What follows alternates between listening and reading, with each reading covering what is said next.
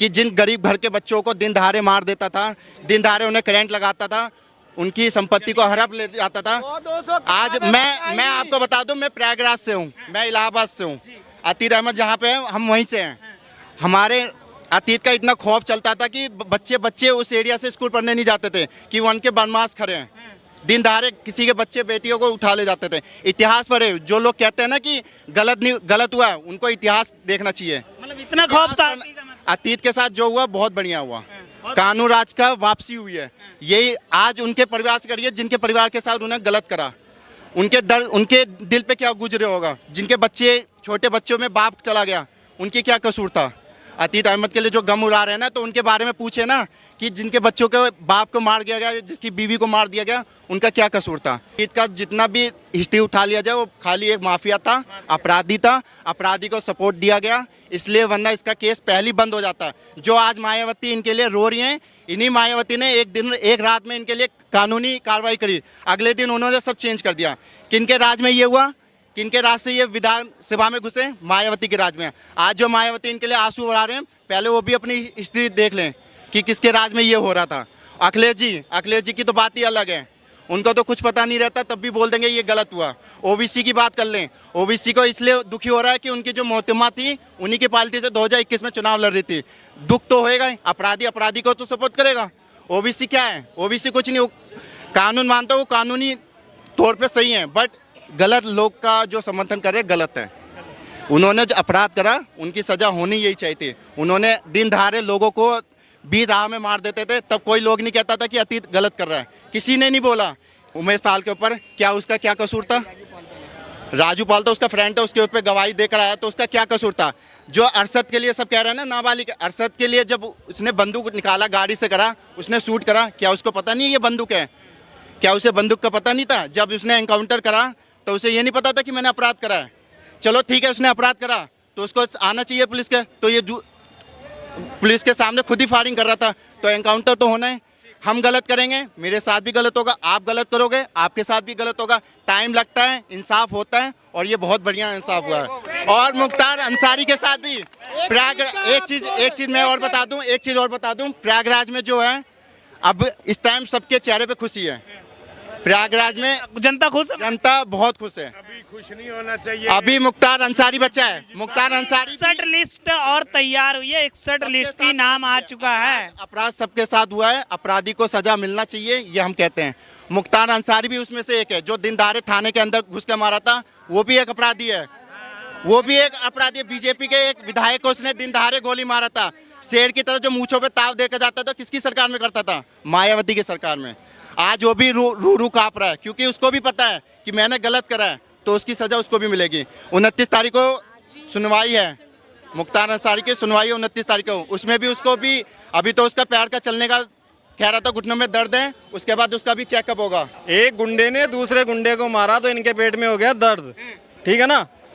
और जब उसका लड़का अतीक का सरेआम पुलिस वालों को मार गया, उमेश पाल को मार गया, तब इनके पेट में कुछ नहीं हुआ, तब इनको डाइजेस्ट हो रहा था।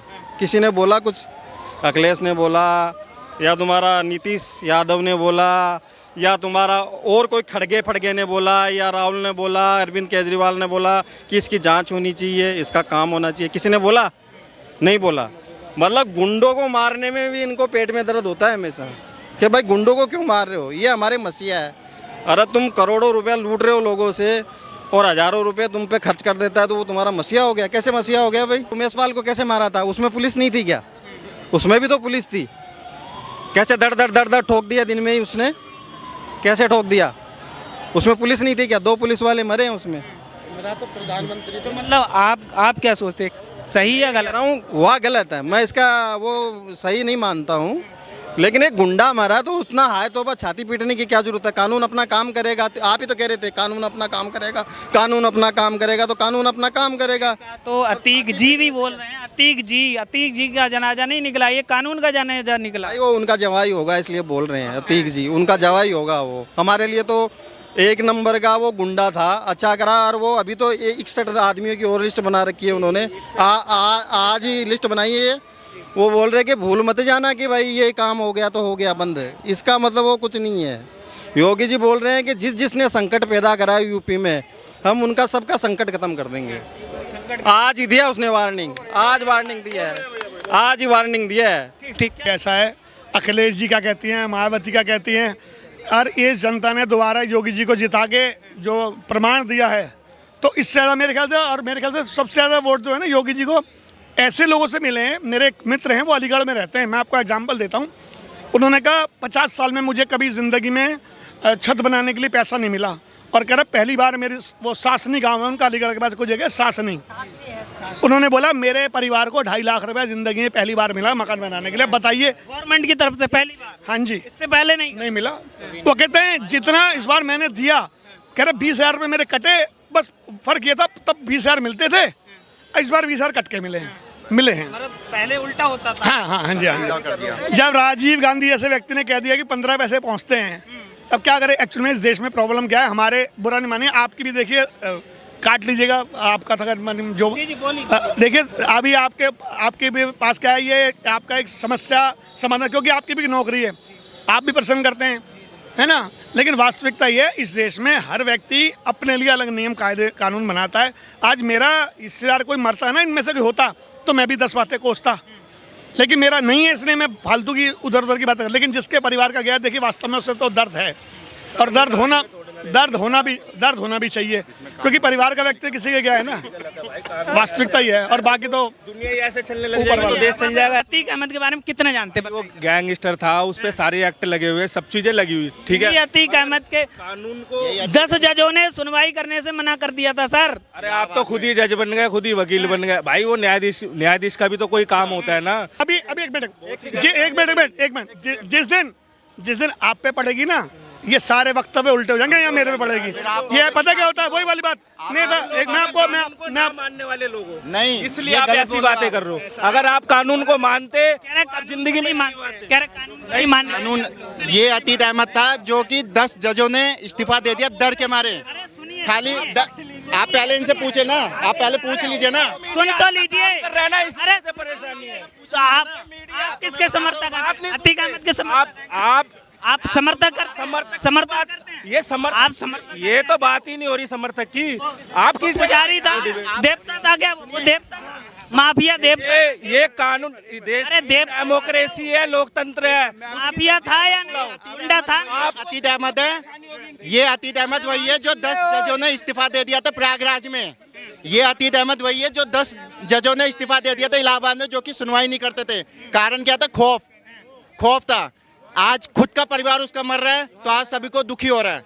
वो एक अपराधी था, वो खाली एक अपराधी के लिए हम समर्थन करना गलत है। वो 10 जजों ने डर के मारे उसका फैसला कोई नहीं सुनाता था। ये योगी सरकार है, यहाँ अपराधी बिल में भी घुस जाएंगे, उसको भी निकालेंगे। विपक्ष कभी जिनके परिवार उजाड़ दिए उसने, उनके परिवार से कभी नहीं जाके मिला। लेकिन आज कांड हुआ, अमरकांत पे जो कांड हुआ, उनको कहा जा रहा है कि ये नाबालिग है। क्या उसको पता नहीं था कि इस बंदूक से गोली निकलती है? क्या उसको ये नहीं पता था कि उसको जिसको मार रहा है ये गलत काम है? क्या वो अपराधी नहीं है? अपराधी होता है, उसके लिए कोई नाबालिग नहीं होता, चाहे वो 14 साल का हो, चाहे वो 15 साल का हो। अपराधी तो अपराधी होता है। क्या उसको नहीं पता था कि जिसको ये मार रहा है क्या बंदूक से गोली चलती है? क्या 10 साल में उसके चाचा ने उसको बंदूक चलाना नहीं सिखाया? गलत चीज था, उसके साथ जो हुआ बहुत बढ़िया हुआ। सवाल उठ रहे हैं योगी जी पे, जंगल राज है, इस्तीफा दे देना चाहिए, सरकार चल नहीं रही उनसे। क्या सर जी, जंगल राज नहीं, मंगल राज चल रहा है, मंगल राज चल रही है। अच्छा, अतीक अहमद को लेकर जो चर्चा लगातार चल रही है, विपक्ष सरकार को घेर रहा है कि जंगल राज है, इस्तीफा दे देना चाहिए, क्या कहेंगे इसको लेकर? नहीं तो परेशानी तो विपक्ष को ही हो रही है, उसी के तो पाले हुए आदमी थे, ये विपक्ष के ही तो पाले हुए आदमी थे।